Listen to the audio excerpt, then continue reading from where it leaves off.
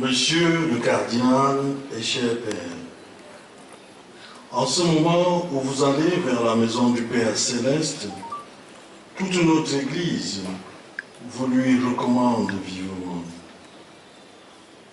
Les enfants de Dieu, vivant dans le septentrion, pour leur part, poncent les empreintes que votre riche et diversifiée personnalité a laissées sur les esprits, dans les cœurs et l'environnement socio-ecclésial.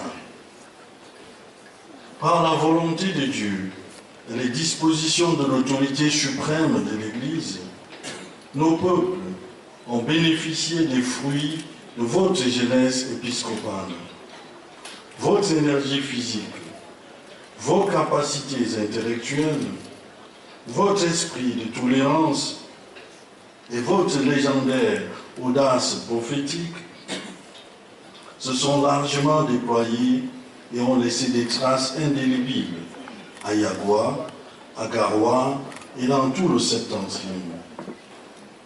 Grâce à votre engagement, de nombreuses vocations sont nées. De nombreux prêtres ont été soigneusement accompagnés et bien formés.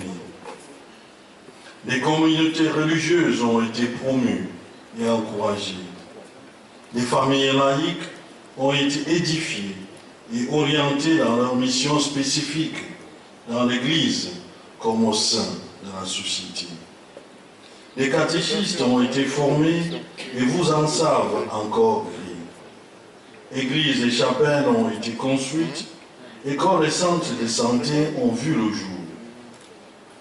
Pendant votre séjour missionnaire au septentrion, vous avez montré à tous que la foi vient couronner la raison, autant que l'amour vient perfectionner la justice.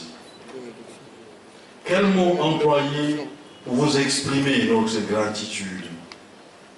Nous nous contentons de confesser notre fierté chaque fois que, dans vos missions ultérieures, il vous a plu de mentionner votre expérience de moteur de l'œuvre d'évangélisation dans le grand nord de notre pays.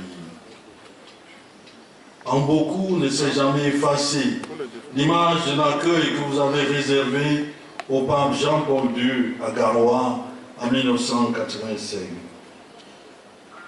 Et maintenant que vous le rejoignez dans la maison du Père, vous percevrez certainement un clin d'œil de sa part.